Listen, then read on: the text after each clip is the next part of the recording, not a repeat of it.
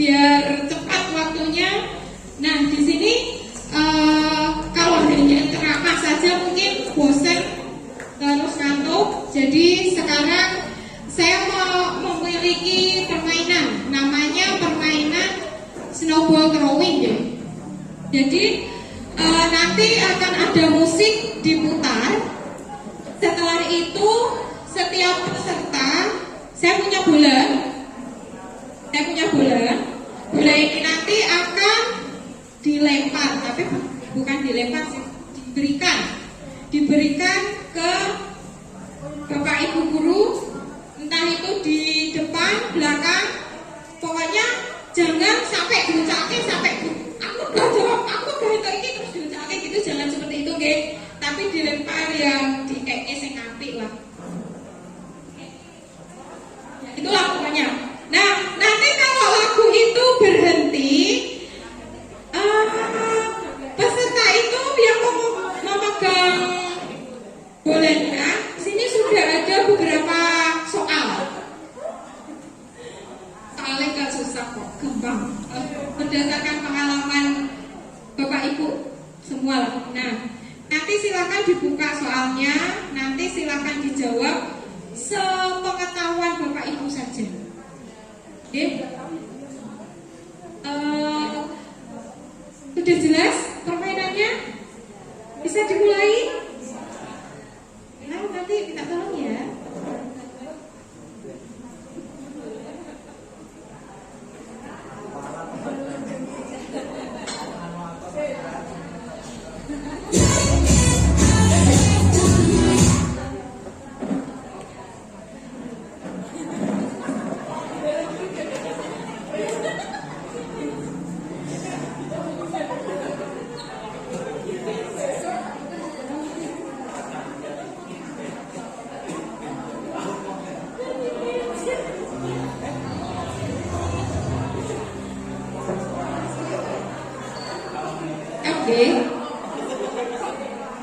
Dilempar mau ke belakang atau ke sana dulu?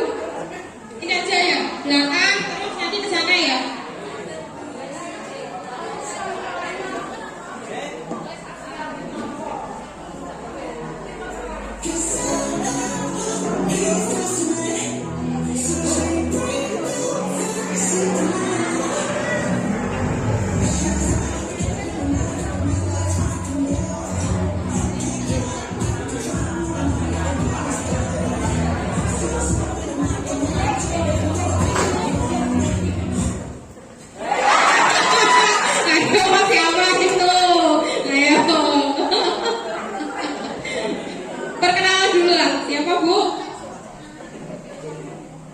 Iya, oh ya. Perkenalkan, nama saya Anissa Fatihah, mengajar kelas 4 di SD Rumbes 01. Silakan dibuka Bu, pertanyaan yang pertama. Apa yang Bapak Ibu bayangkan tentang sekolah yang aman dan nyaman? Jelaskan sesuai dengan pengalaman Bapak Ibu selama ini. Oke, mencoba menjawab ya Mbak. Menurut saya sekolah yang aman dan nyaman itu adalah sekolah yang dapat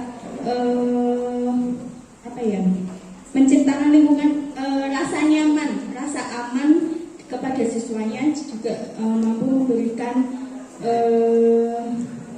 pembelajaran yang mungkin menyenangkan dan bermakna pada anak-anak. Dari saya sekian. Dulu ya bolehnya ya. Oke, sekolah yang aman, PPT. Ya, sekolah yang aman dan nyaman. Sekolah yang aman itu pastinya aman dari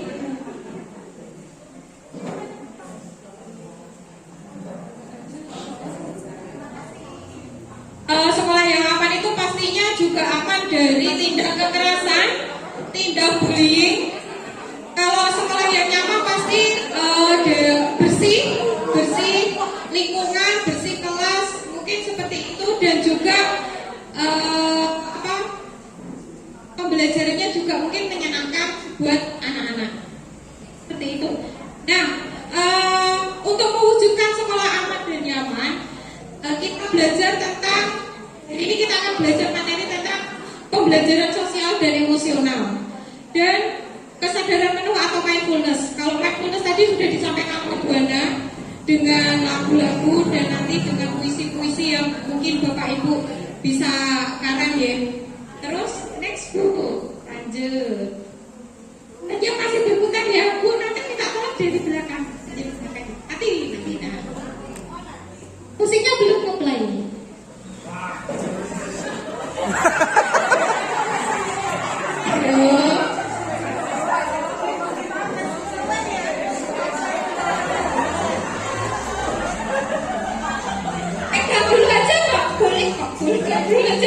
Tapi ora kena Indo kan. Indo.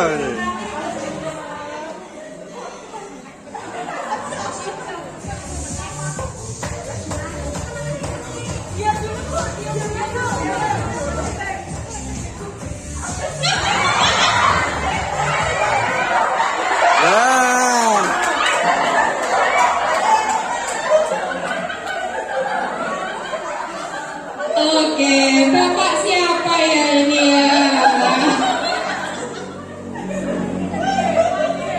Perkenalkan diri dahulu Bapak. Sebelum dibuka, perkenalkan.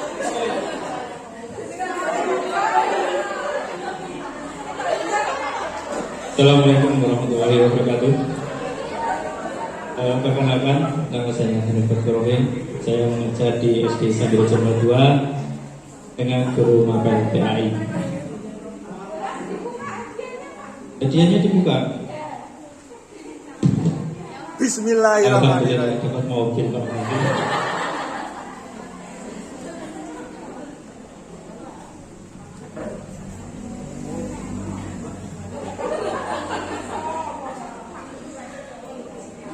Setujukah Bapak jika kota emosi kata emosi selalu dikaitkan dengan hal yang negatif? Jika iya, berikan alasannya, dan jika tidak, berikan alasannya juga.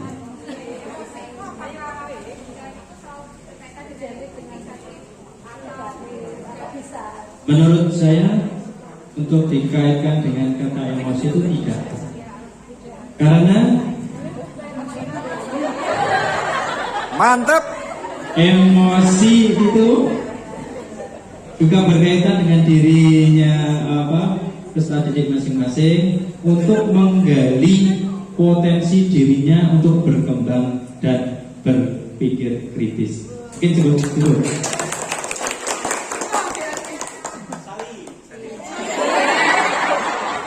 Assalamualaikum warahmatullahi wabarakatuh. Ya, emosi itu tidak harus semata-mata tentang negatif ya, tapi emosi itu bisa positif dan bisa negatif. Lanjut lagi, Bu, lanjut lagi. Silakan. Kalau jadi kacanya dipegang dulu, engko nak wis arep kan ngono Pak. Nek jendang Pak. Nah, kemarin ngono.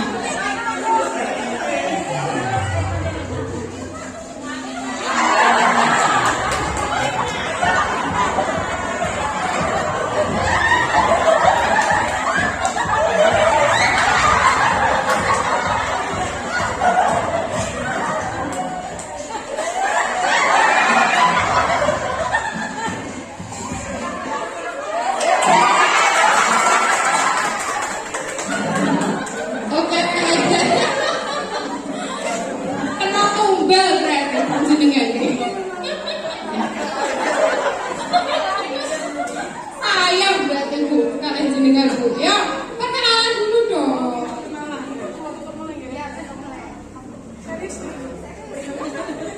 Assalamualaikum warahmatullahi wabarakatuh. Perkenalkan, nama saya Retna Indah Hestuti. Saya mengajar di SD Negeri Truko 1. Pun.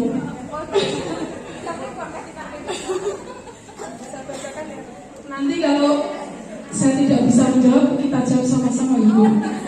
Katanya belajar sama-sama berarti kita jawab sama-sama deh. Ya kalau deg-degan ya Bu ya. Pertanyaannya adalah sebutkan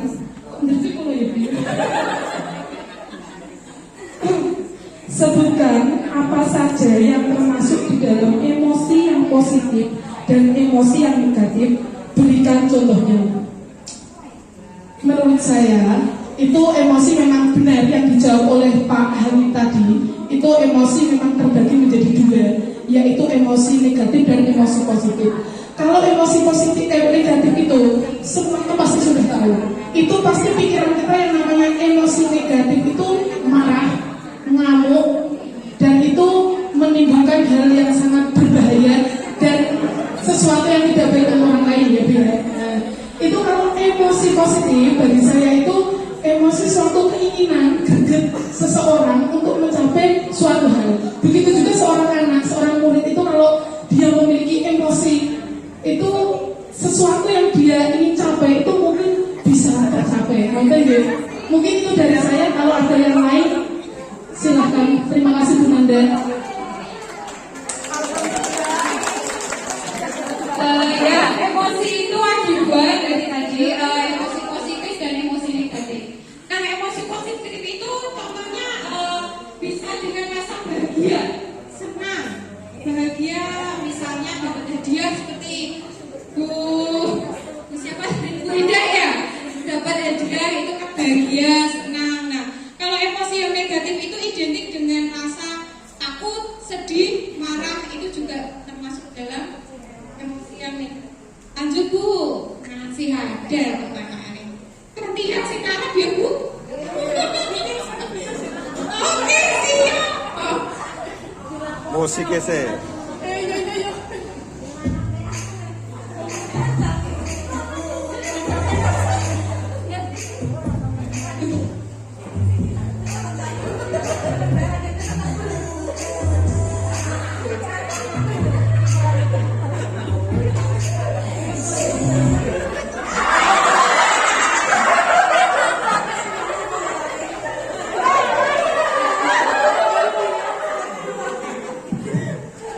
Perkenalan dulu Bu.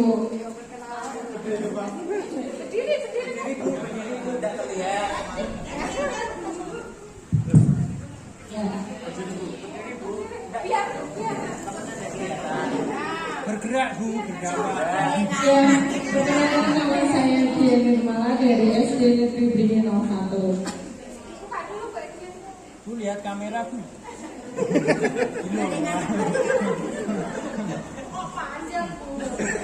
Senengnya setutu betul Bu.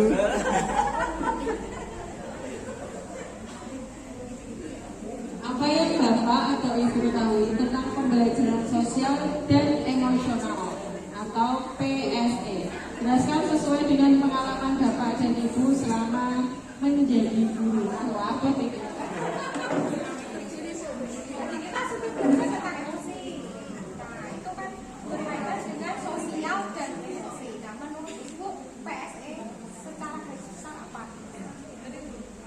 Pembelajaran sosial dan emosi. Sosial itu kan hubungannya dengan orang itu ya.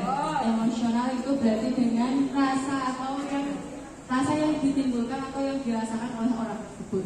Jadi mungkin pembelajaran sosial dan emosional adalah pembelajaran antara pembelajaran anak-anak ini bermasyarakat aja.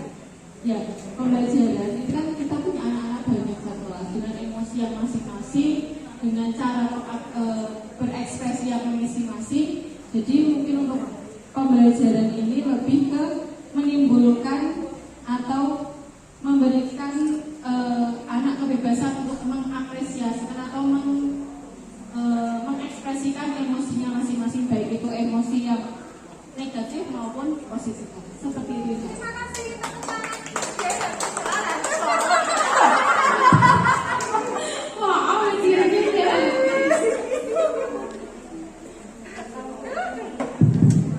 Oke, pembelajaran sosial emosional itu kan, kalau sosial itu kan berkaitan dengan hubungan kita menjalin kerjasama. Nah, dengan sesama, apalagi kalau anak-anak berarti bagaimana anak-anak itu bersosialisasi dengan lingkungannya, berteman dengan temannya, dan juga emosi, bagaimana anak-anak itu dapat mengendalikan diri atau mengelola emosinya dengan baik. Lanjut Bu.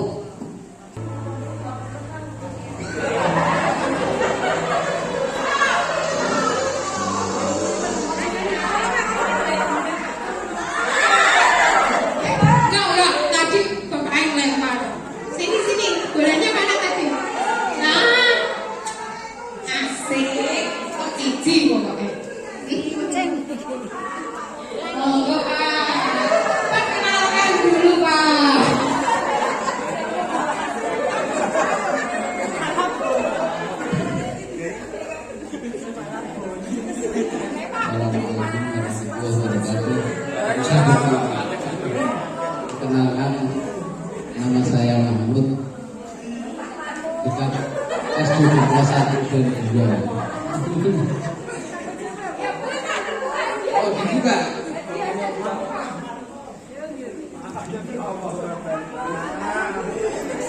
Anda belum beruntung.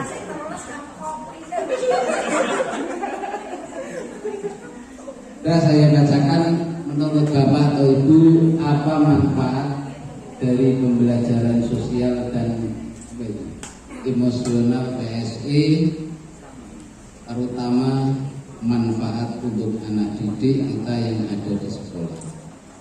Tapi kan belajar tentang emosi, Ya. itu manfaatnya gimana Pak? Sosialisasi manfaatnya untuk anak itu gimana? Manfaat untuk pembelajaran untuk anak tentang pembelajaran sosial dan emosional, terutama untuk emosional pembelajaran, untuk belajar tambah semangat mungkin. Ya, mungkin masalah pembelajaran anak biasanya di rumah jalan-jalan atau main-main terus, karena sudah belajar PSE akhirnya belajar tambah semangat, sudah tahu jalan-jalan. Dah, terima kasih. Mungkin ada yang lebih tahu, mohon dijawab yang lebih lengkap.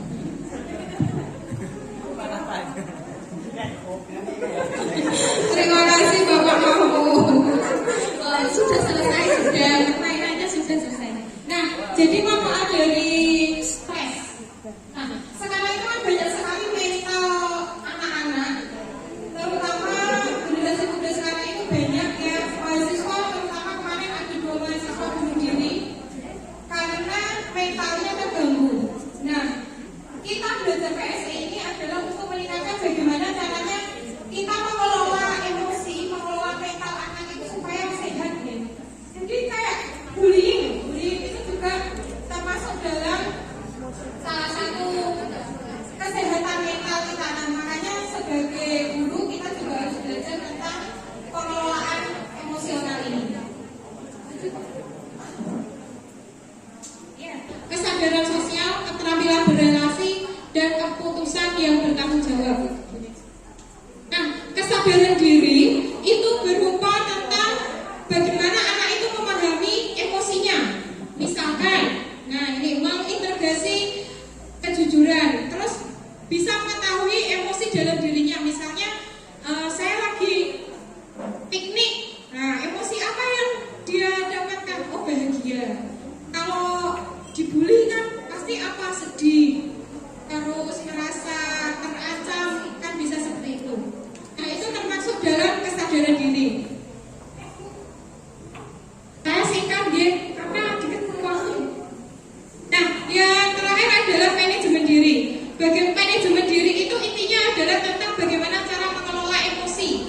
Nah, kalau kita sedang marah, bagaimana emosi itu harus kita kelola. Misalnya dengan kita menghembus, tarik nafas, keluarkan supaya lebih tenang, atau juga bisa dengan pemberian mindfulness seperti dari Bu Ana tadi. Nah, yang ketiga adalah keterampilan berrelasi. Kalau keterampilan berrelasi itu pasti hubungannya dengan bagaimana menjalin hubungan dengan teman-teman itu bagaimana. Contohnya yaitu bisa menunjukkan kepemimpinan dalam kelompok, bagaimana cara mengelola suatu kelompok itu supaya semua itu dapat terlibat aktif dalam suatu relasi. Yang keempat, pengambilan keputusan yang bertanggung jawab. Nah, kita tuh harus belajar bagaimana cara mengambil keputusan yang bertanggung jawab. Misalkan tadi dengan kesepakatan kelas. Nah, bagaimana kita sudah buat kesepakatan, kita juga harus bisa mengambil keputusan yang bertanggung jawab. Misalkan tidak boleh merokok, berarti juga harus tanggung jawab. Oh, peraturannya seperti ini, berarti saya harus bisa untuk menaatinya. Udah habis, Bu?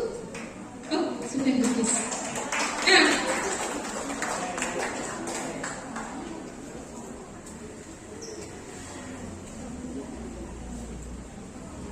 Nah, demikian presentasi dari saya karena sudah diobo Bu Ana ini wis jam 1. Selesai. Apabila ada salah-salah kata saya minta maaf. Mungkin saya ada kekurangan, banyak sekali kekurangan. Kita belajar